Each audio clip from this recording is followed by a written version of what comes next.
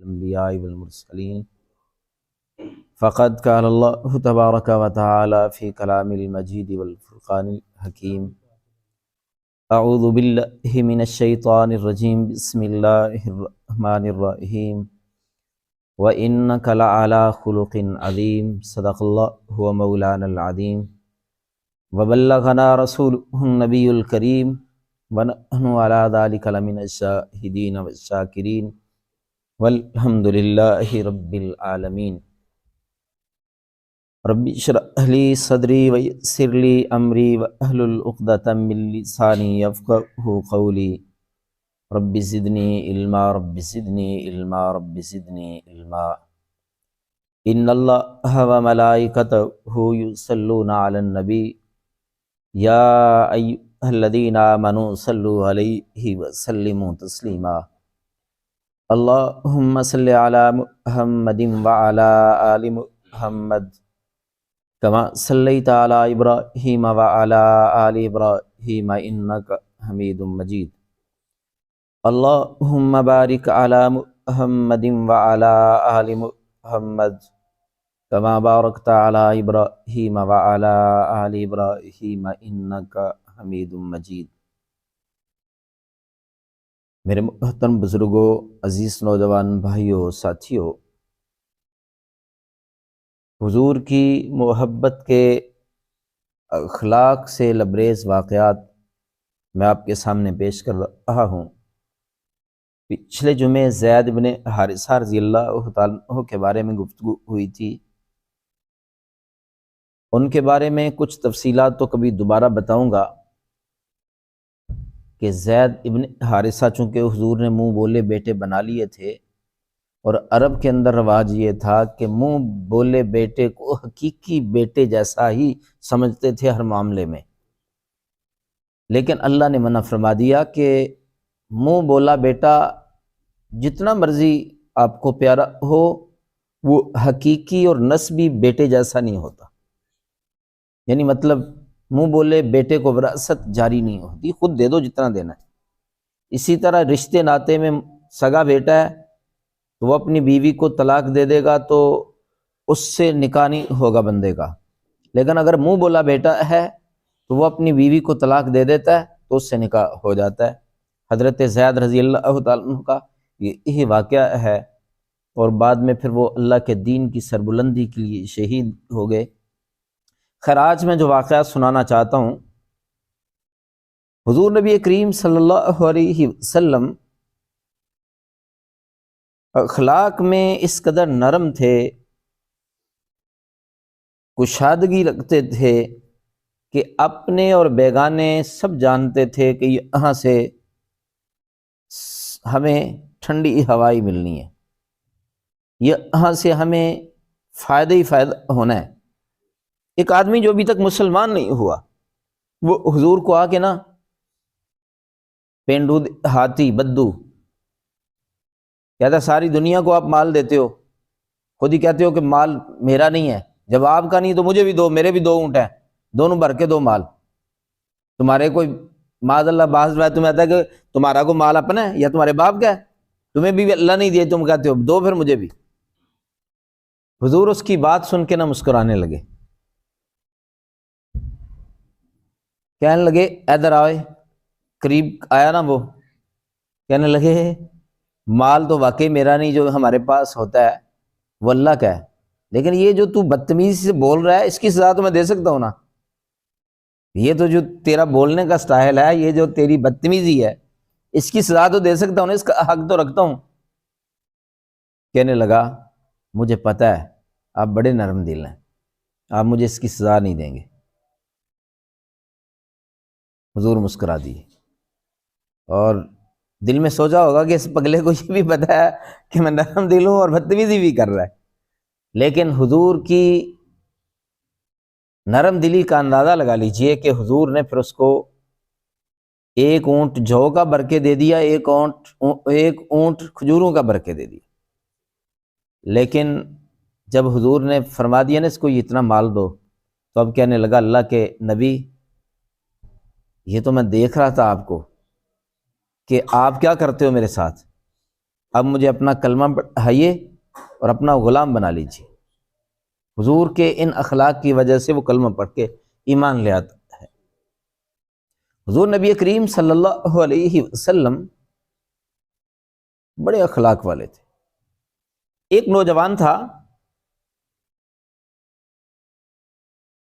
اس کا والد فوت ہو گیا، اس کا چچا بڑا مالدار تھا، اور چچا نے اس کو اپنی آغوش میں لے لیا۔ اس بچے کی بھی اور اس ماں کی بھی پرورش اس بچے کا چچا کرتا تھا، اور یہ رہتے تھے مکے اور مدینے کے درمیان، ایک جگہ تھی وہاں پہ یہ آباد تھے۔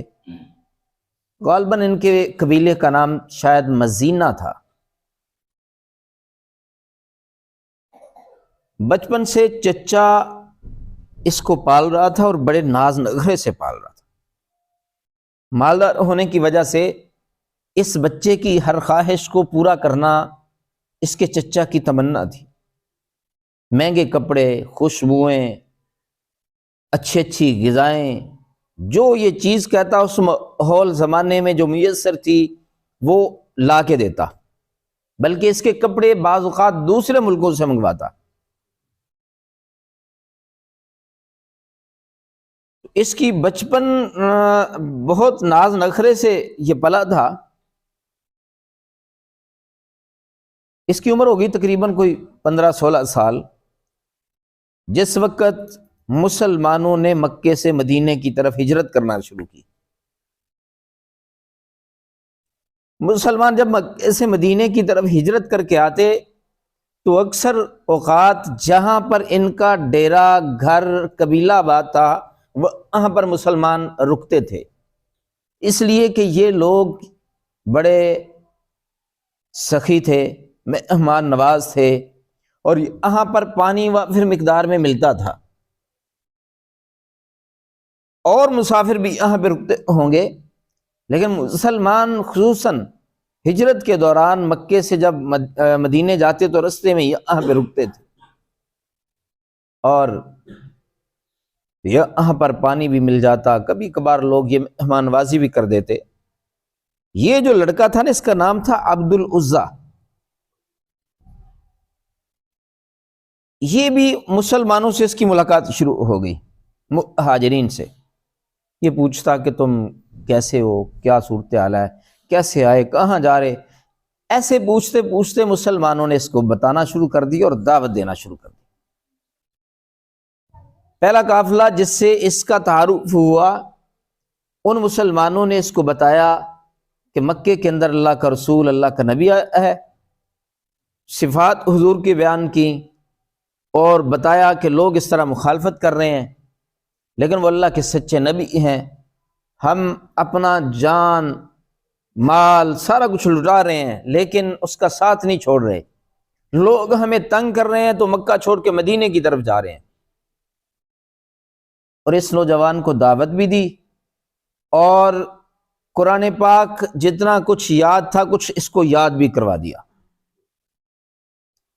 یہ نوجوان اب اگلے مسلمانوں کا انتظار کرتا، اگلی بار کوئی اور مسلمان ہوتے تو یہ پھر ان کے قریب ہو جاتا، ان کو کھانا لا کے کھلاتا، پانی پلاتا، مہمان نوازی کرتا، پھر ان سے پوچھتا اور بتاتا کہ اس طرح پہلے آئے تھے، انہوں نے مجھے یہ قرآن پاک یاد کروایا ہے، اور یاد کر لیتا، عربی لوگ تھے، ذہین لوگ تھے۔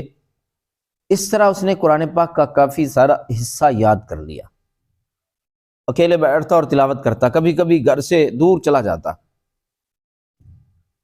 یہ مسلسل سلسلہ جاری رہا تھا، اگلے مسلمان آئے، ان سے بھی اس طرح کچھ سیکھ لیا، مختلف عبادت کا طریقہ سیکھ لیا، قرآن پاک کی تلاوت کا چونکہ مختلف حصہ سیکھ لیا، اور یہ مسلمان ہو چکا تھا۔ اب قرآن پاک بھی کافی یاد ہو گیا، مسلمانوں سے بھی رستے میں ملاقات ہوتی رہتی۔ کئی مسلمانوں نے اس کو کہا کہ اب اتنا عرصہ ہو گیا، وہ بات بتاتا تو بھی مدینے چلا چل۔ تو یہ کہتا میرا دل نہیں کرتا کہ میں اپنے چچا کے بغیر، اپنی امی کے بغیر جاؤں، دل کرتا ہے کہ چچا کو بھی کسی طریقے سے دعوت دوں اور وہ مسلمان ہو جائے، اور میں اس کو بھی ساتھ لے کے جاؤں۔ اب جو اس کا چچا تھا نا، وہ بڑا اجڑ قسم کا، پکا قسم کا آدمی تھا، اور وہ مسلمانوں کے بڑا خلاف تھا۔ اس کو بھی پتہ چل چکا تھا کہ مکے کے اندر یہ والا معاملہ ہو چکا ہے، کسی نے نبوت کا دعویٰ کیا ہے، وہ بہت مخالفت کر رہا تھا۔ اب اس عبد العزیٰ کے دل میں ایک طرف اسلام کی محبت ہے، حضور کی محبت ہے، دل مچل رہا ہے، دل بے قرار ہو رہا ہے، دن بدن دن گزر رہے ہیں، ہفتے گزر رہے ہیں، مہینے گزر رہے ہیں، سال گزر رہے ہیں۔ اسی دوران حضور صلی اللہ علیہ وسلم بھی مدینے پہنچ چکے ہیں۔ تو اب دل بڑا کرتا ہے، اب یہ سوچتا ہے چچا کو دعوت کس طرح دوں۔ بہانے سے کوئی بات چھیڑتا ہے چچے کے سامنے کہ چچا جی کو پتہ، وہ یہ جو مسلمان آتے ہیں یہ مسئلہ ہے، سنا ہے کہ وہ بڑے اچھے ہیں، کوئی اس طرح کی باتیں کرنے کی کوشش کرتا ہے، لیکن چچا سنی انسنی کر دیتا ہے۔ ایک دن جب اس کا دل مچل گیا، تقریباً اس کی عمر غالباً 21 سال ہو چکی تھی، 15-16 سال کی عمر، یعنی 3-4-5 سال کا عرصہ اسی طرح ہی گزر گیا۔ تو تقریباً 21 سال عمر ہو چکی تھی، تو اس نے ایک دن نا حوصلہ کر لیا، ہمت کر لی، اور چچا کو کہنے لگا، بیٹھ کے بڑے ادب سے باتوں کا آغاز کیا کہ چچا جی صورتحال یہ ہے کہ مکے کے شہر میں جس محمد نے صلی اللہ علیہ وسلم نبوت کا دعویٰ کیا تھا، اس کے ساتھی جو یہاں سے گزرتے تھے وہ مجھے ملتے تھے، ان پر جو اللہ کا قرآن نازل ہوا ہے میں نے وہ یاد کر لیا ان سے، اور میں نے ان کا مذہب بھی قبول کر لیا، اور میں چاہتا ہوں کہ آپ بھی اس سچی دعوت کو قبول کر لیں۔ میں بھی یہ پڑھ چکا ہوں، اشہد ان لا الہ الا اللہ و اشہد ان محمدن عبدہ و رسولہ، آپ بھی پڑھ لیجئے۔ چچا کو یہ بات سن کے نا بھتیجے کی بڑا غصہ آیا، کہنے لگا کہ عبد العزیٰ تیری اتنی جرت، تینوں شرم نہیں آئی؟ یہ تو کس طرح کی باتیں کر رہا ہے؟ خود بھی اتنا بڑا فیصلہ کر چکا ہے اور مجھے بھی یہ کہہ رہا ہے، پاگل ہے تو؟ خبردار اگر دوبارہ اس طرح کی بات کی، اور اب بتا کہ اپنا یہ فیصلہ بدلنا ہے کہ نہیں بدلنا۔ عبد العزیٰ بڑا مؤدب لڑکا تھا، اچھا لڑکا تھا، یہ گردن جھکائے اپنے چچا کو کہتا ہے کہ چچا جی یہ فیصلہ نہیں میرے سے بدلا جائے گا۔ چچا کو اور غصہ ہو گیا کہ یہ اتنا اکڑ گیا، ہر بات میری مانتا ہی، لیکن یہاں پر کیا ہو گیا ایسے؟ اور چچا کو یہ بھی غصہ تھا کہ یار یہ یتیم ہے، اس کا والد فوت ہوا ہے، لیکن میں نے اس کو یتیمی بھی محسوس نہیں ہونے دی، جوتی کپڑے ہر چیز میں اس کو آزاد رکھا ہے۔ کہا اچھا کہ یہ والا فیصلہ تو نہیں بدل سکتا، تجھے اب یہ فیصلہ ابھی اسی لمحے کرنا ہوگا کہ یہ جو تو نے ان کا دین قبول کیا ہے اس سے واپس پلٹ جا۔ بتا پلٹنے کا اعلان کرتا ہے کہ نہیں کرتا؟ عبد العزیٰ کہتا ہے کہ چچا جی اور جو بھی بات کہو گے، آپ کی ہر بات میرے سر آنکھوں پر، میں آپ کی ہر بات ماننے کے لیے تیار ہوں،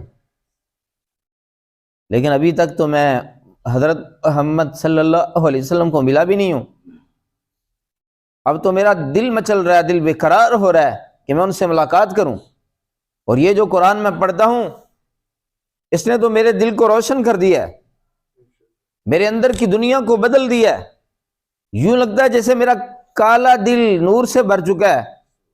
اس لیے چچا جی اور جو مرضی کہہ لو اور جو کچھ مرضی منوا لو، لیکن اب میں اس بات سے پیچھے ہٹنے والا نہیں ہوں۔ ابو کو چچا کو غصہ آیا، کہا اچھا اگر تیرا دل مچل رہا ہے تو فیصلہ اگر اپنا نہیں بدلتا ہے اگر ایمان سے واپس نہیں لوٹتا ہے تو پھر یاد رکھ میں تجھے کوئی چیز نہیں دوں گا، بھول جا کہ آج کے بعد تجھے کوئی چیز ملے گی۔ عبدالعزیٰ کہنے لگا جی آپ کی مرضی ہے چچا جی، یہ تو آپ کا پہلے بھی احسان ہے کہ جو آپ مجھ پہ کر رہے ہیں۔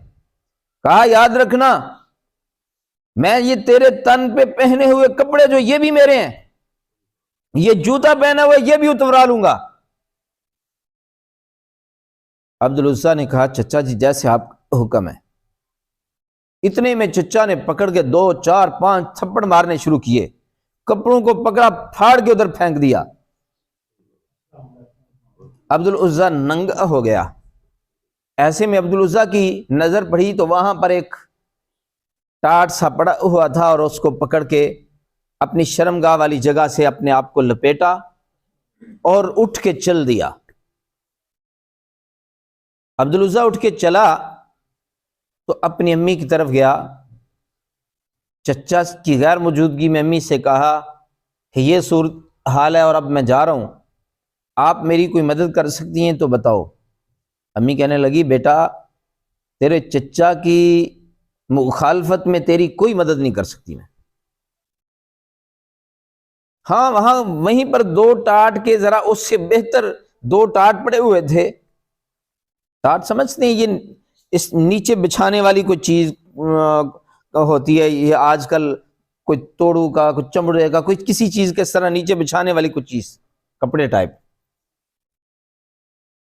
تو وہ ٹاٹ کے 2 ٹاٹ پڑے ہوئے تھے، والدہ نے وہ دے دیے کہ چل یہ لے لے، اس سے اپنا جسم ڈھانپ لے۔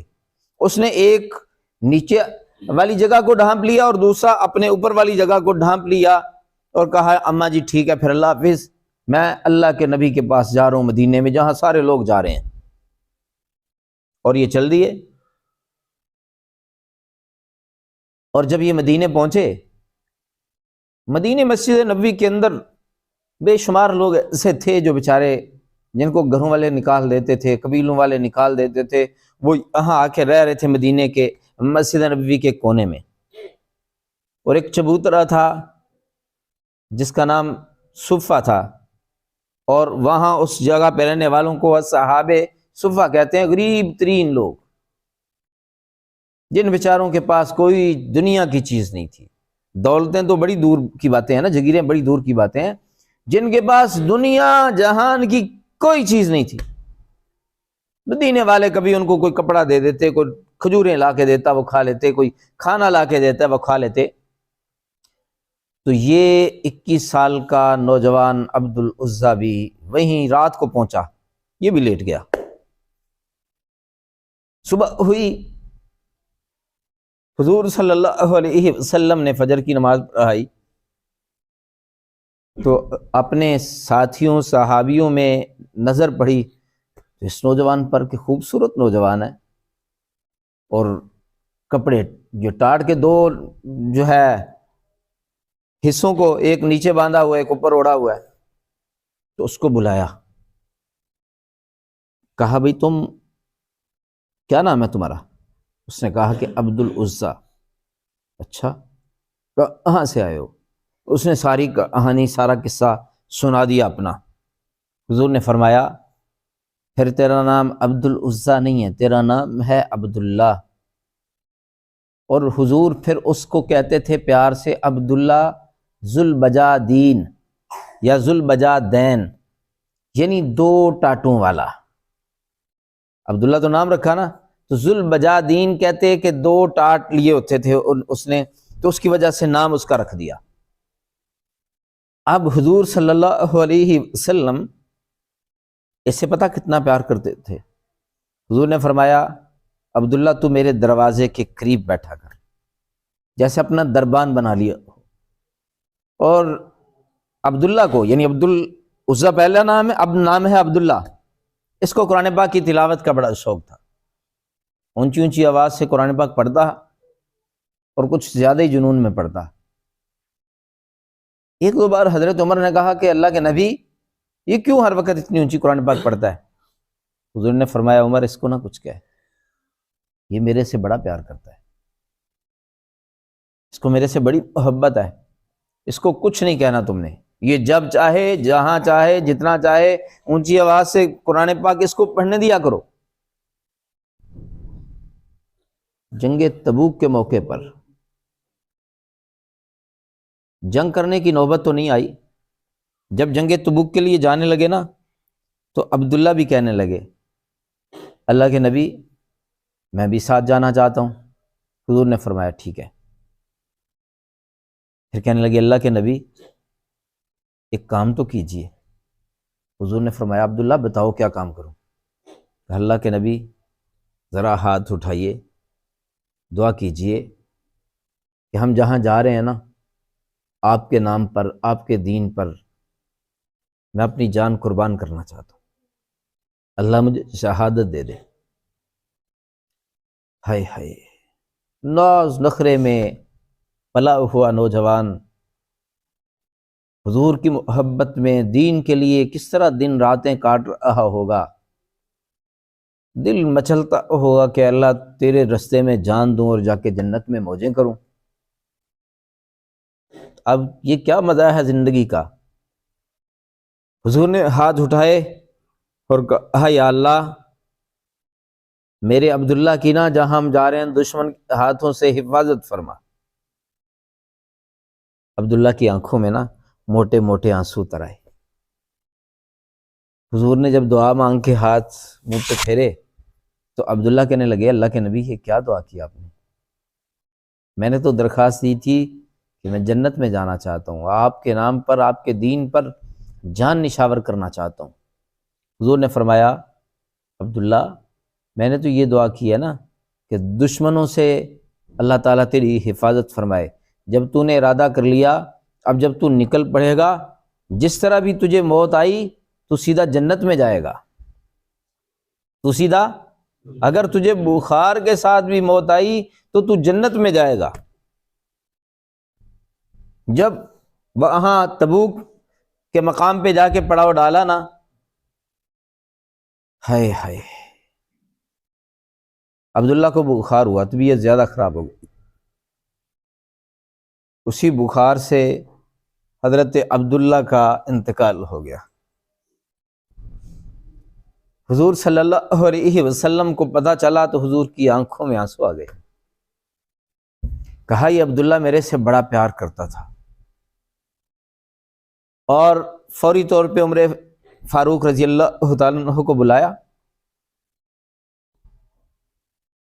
قبر کھودنے کا حکم دیا، اور سارے صحابہ اکرام کو بھی، کیونکہ رات کے وقت کچھ ساتھی آرام کر رہے تھے، قبر تیار ہو گئی۔ چند صحابہ اکرام کو حضور نے ساتھ لیا، اپنے خود ہاتھوں سے ساتھ مل کے عبداللہ کو غسل دیا، کفن پہنایا جو میسر تھا سفر کے دوران، اور وہاں پہ جنازہ پڑا۔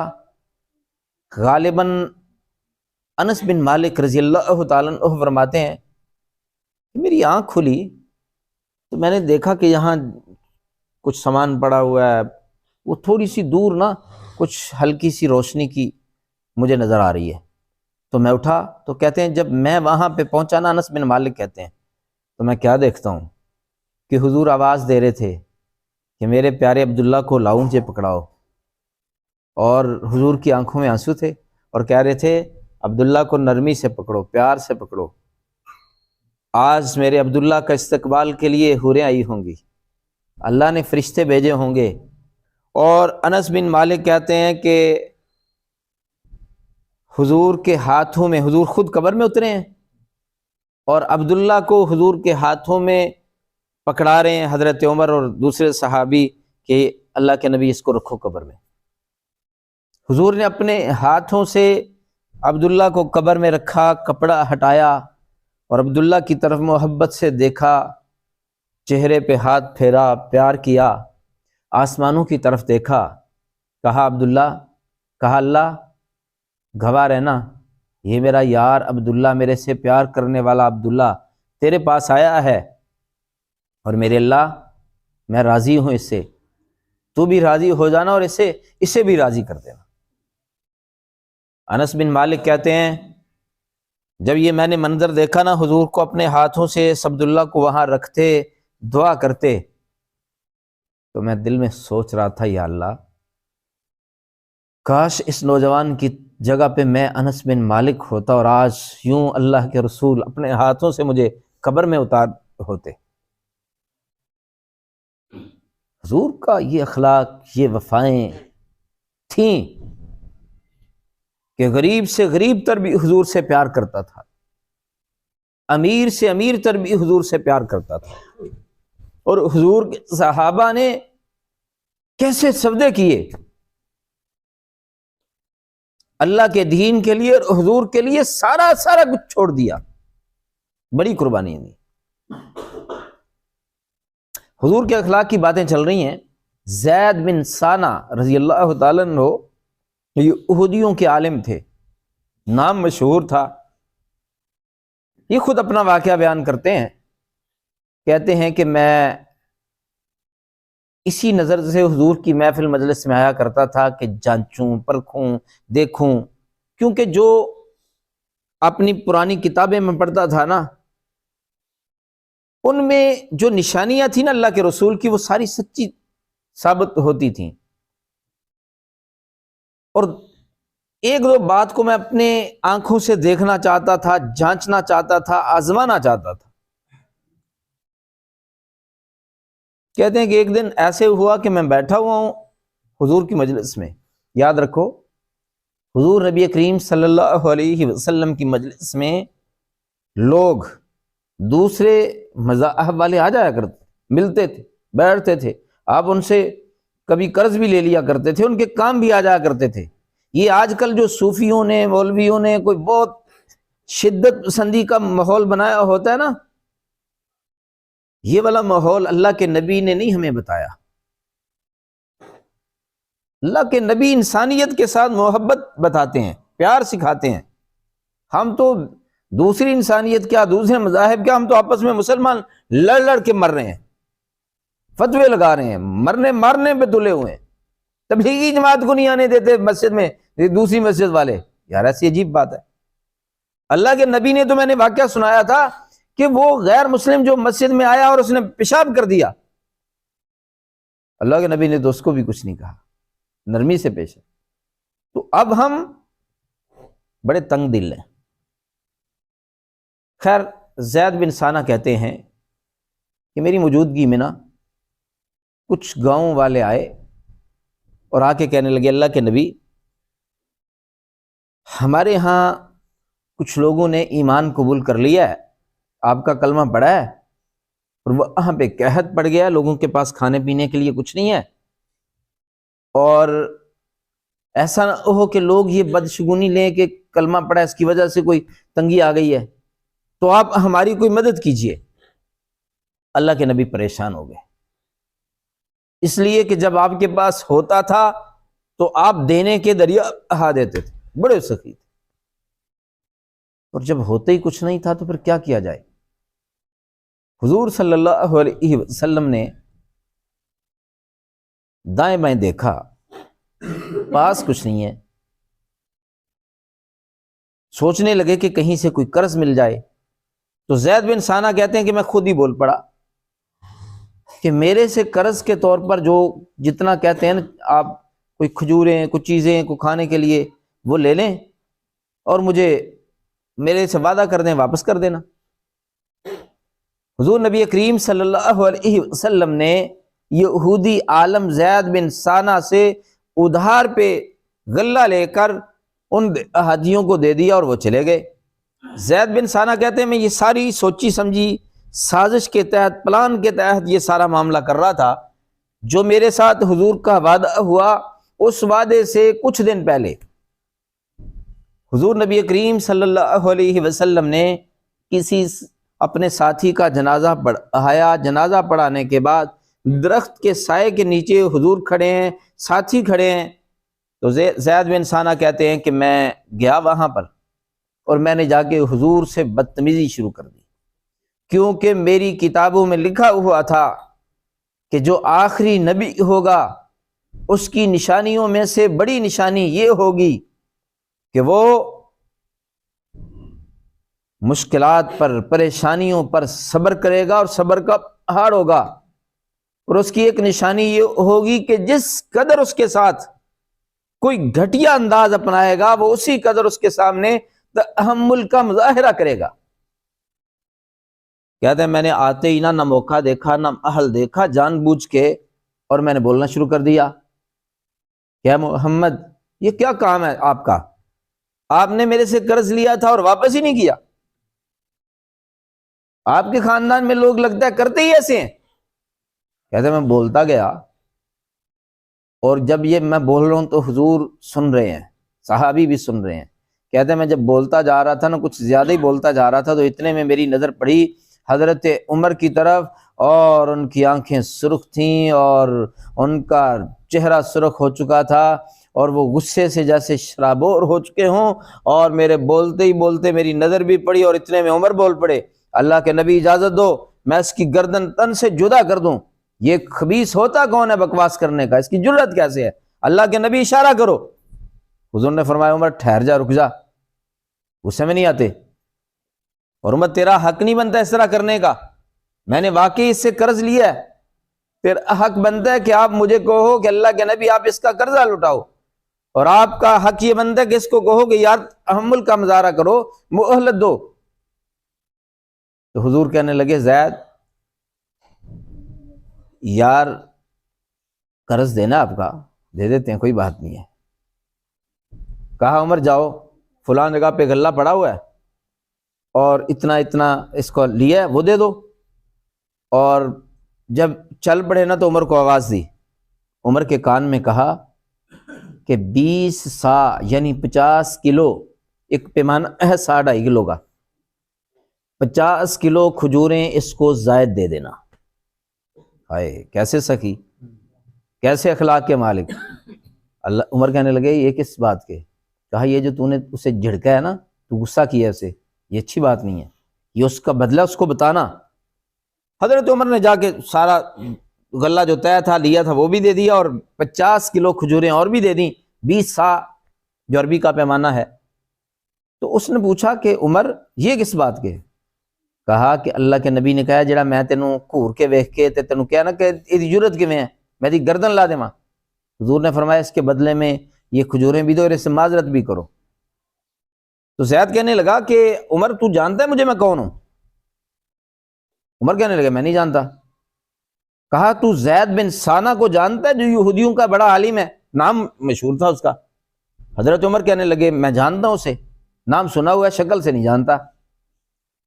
تو وہ زید کہنے لگے کہ عمر میں زید بن ثانہ وہی یہودیوں کا عالم ہوں، اور یہ سارا کام میں نے جان بوجھ کے کیا ہے۔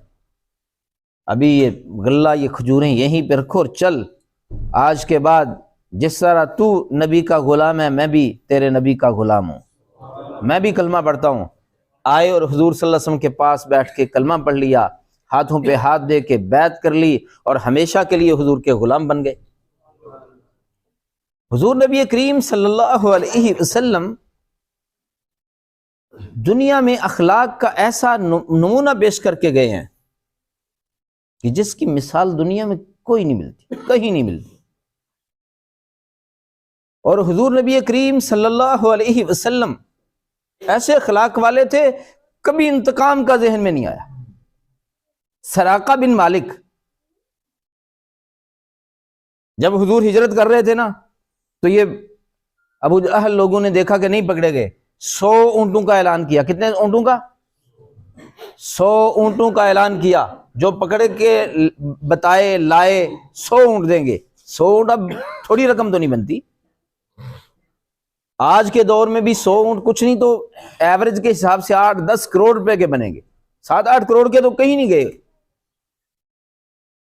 تو یہ خبر پورے مکے گرد و نواح اور مکے سے مدینے تک علاقوں میں بھی اس اعلان کو پھیلا دیا۔ سراقہ بن مالک جہاں رہتا تھا اس کو بھی پتا چل گیا کہ یہ اعلان ہوا ہے، اور مکے سے لوگ کچھ آ رہے ہیں، اور وہ گھوڑوں پہ کوئی 2 بندے، کوئی 5 بندے، کوئی اکیلا ڈھونڈنے کے لیے نکلے ہوئے ہیں، اور کچھ لوگ اس کے پاس آ کے رکے۔ تو اس نے نہ دیکھا تھا حضور صلی اللہ علیہ وسلم کے قافلے کو، حضور تھے، ابوبکر صدیق تھے، عامر بن فہیرہ تھے اور ایک جو گائیڈ لائن تھا عبداللہ اس کا نام تھا. تو اس نے دیکھا تھا گزرتے ہوئے حضور کو. تو وہ بندے آگے پوچھتے ہیں کہ یار اس طرح کوئی قافلہ دیکھا ہے کوئی 4 بندوں کا، اس طرح کی شکلیں ہیں؟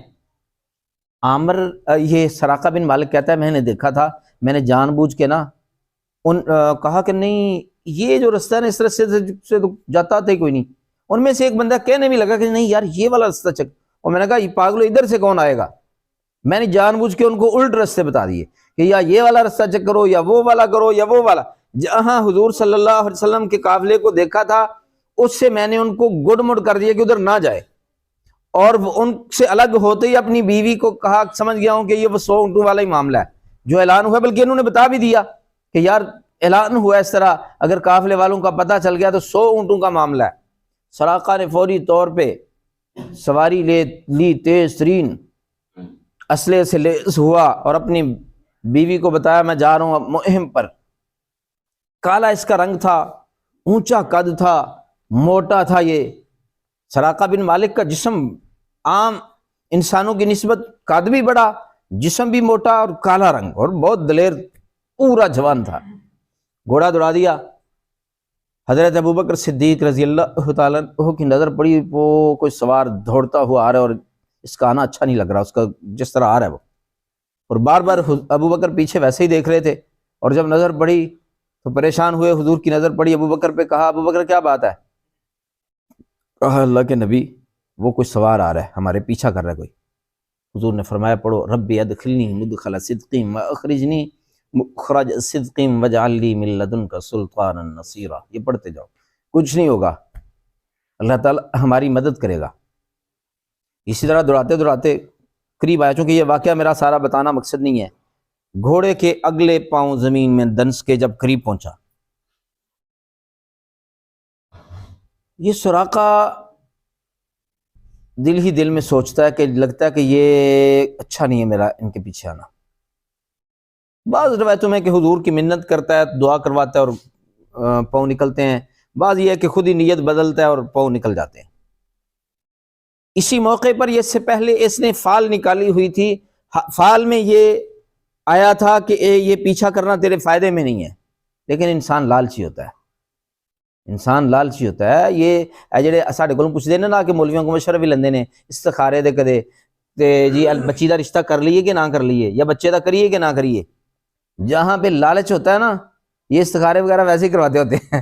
ویسے ہی کوئی اچھا ان کی مرضی کا رشتہ مل جائے نا بچے یا بچی کا، پھر کوئی استخارے نہیں کرتے. پھر مولویوں سے مشورہ سب بندے بھول جاتے ہیں. ہوتا ہے نا بچہ جناب اتنی تنخواہ لیتا ہے، یہ اس طرح کا ہے اس طرح کا ہے، یا بچی والوں کے بارے میں پتا ہو کہ جناب گاڑی دینی ہے، یہ ہے وہ ہے، پھر کوئی استخارہ یاد نہیں رہتا. کسی غریب کو بیٹی دینی ہو تو بڑے استخارے یاد آئیں گے، بڑے مشورے یاد آئیں گے، بڑا پتہ یاد کرے گا، پتہ کرو کہ میں نے جی نے ہائے ہائے. تو اس نے فال بھی نکالی تھی کہ یہ اچھا نہیں ہے. اپنی جو فال نکالتے ہوتے تھے وہ زمانہ اہلیت میں، لیکن اس کے باوجود بھی وہ پیچھا کر رہا تھا. خیر 3 مرتبہ جب پاؤں اس کے گھوڑے کے سواری کے دن سے نا، تو حضور صلی اللہ علیہ وسلم سے التجا کرنے لگا کہ بات سن لیں جی، دعا کریں کہ یہ میرا گھوڑے سواری کے پاؤں نکل جائیں. دعا کی، نکل گئے پاؤں. اور اب کہنے لگا کہ اب میں آپ کا راستہ بھی نہیں روکوں گا، بلکہ جو آپ حکم کریں گے میری سواری بھی میں آپ کو دینے کے لیے تیار ہوں، اور سواری بھی کوئی دینے کے لیے تیار ہوں. جو کوئی مال وغیرہ چاہیے وہ بھی دینے کے لیے تیار ہوں. کھانے کی چیزوں کی ضرورت ہے وہ بھی تیار ہوں. حضور نے فرمایا کسی چیز کی ضرورت نہیں ہے. آپ نے کچھ بھی لینے سے انکار کر دیا. کہا بس ایک کام کرنا کہ اب ہمارے بارے میں کسی کو سچ نہ بتانا، ہمارے بارے میں کسی کو سچ نہ بتانا، کوئی اور بات ہی کرنا کہ ہمارے بارے میں کسی کو بتانا نہ، ہماری مخبری نہ کرنا. کہا اچھا. کہا مجھے پتہ چل گیا ہے کہ آپ کوئی بڑے عظیم آدمی ہیں، اللہ تعالی نے آپ کو غلبہ دینا ہے، فتح دینا ہے. حضور نے تعارف کروایا نا کہ میں اللہ کا نبی ہوں.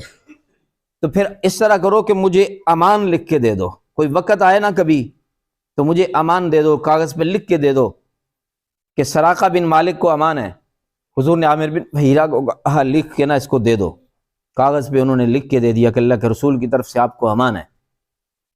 جب واپس جانے لگا نا تو حضور نے کہا سراقہ ٹھہر جا یار۔ سراقہ وہ کیسا منظر ہوگا جب تیرے ہاتھوں میں نا فارس کا جو بادشاہ ہوتا تھا اس کو کسرا کہتے تھے، سراقہ تو جا رہا ہے نا، وہ منظر کیسا ہوگا جب تیرے ہاتھوں میں کسرا کے سونے کے کنگن ہوں گے۔ سراقہ کہتا مجھے اس وقت کوئی بات سمجھ میں نہیں آئی، چلا گیا۔ تھوڑے عرصے کے بعد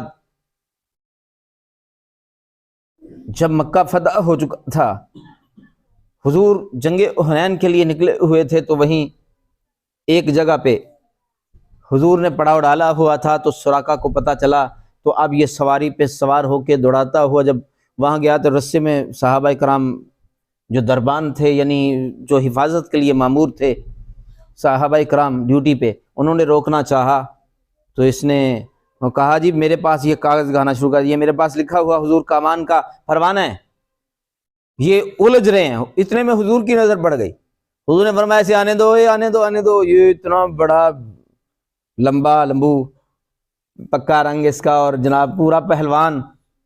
حضور اٹھے اور حضور نے اس کو سینے سے لگا لیا۔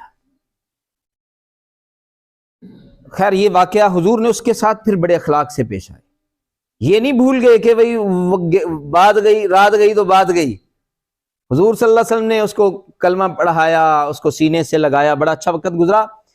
پھر ایک وقت آیا تھا حضرت عمر فاروق رضی اللہ تعالیٰ عنہ کے زمانے میں، جب فارس کو فتح کیا تھا، اور جب فارس کے بادشاہ کسرا کے گھر کا اس کا اپنا سامان مال غنیمت میں مدینے آیا نا، اس کا لباس، اس کا تاج، اس کی مختلف چیزیں، تو جب چیزیں بانٹی جا رہی تھیں بھول گئے تھے کہ کوئی حضور صلی اللہ علیہ وسلم نے کوئی یہ بات کہی، ذہن میں بھی نہیں تھا کسی کے۔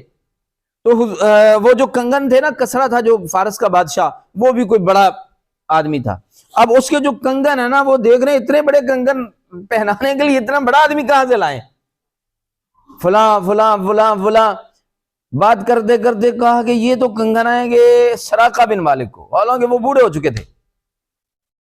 تو سراقہ بن مالک کو بلایا اور کہا سراقہ یہ کنگن تو پہنو، تجھے پورے آتے ہیں؟ او سراقہ یہ بھی بات کنگنوں کی ہو رہی ہے، کنگن پہنے۔ سراقہ کو وہ پچھلا منظر یاد آ گیا، آنکھوں میں آنسو آ گئے۔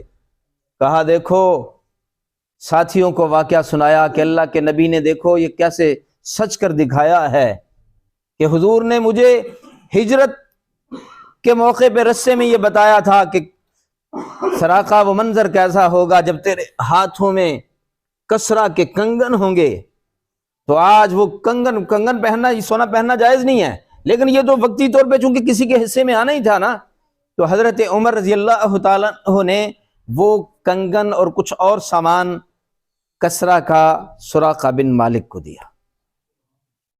اللہ تعالیٰ ان باتوں کو سمجھ کر عمل کی توفیق عطا فرمائے۔ وآخر دعوانا الحمدللہ رب العالمین۔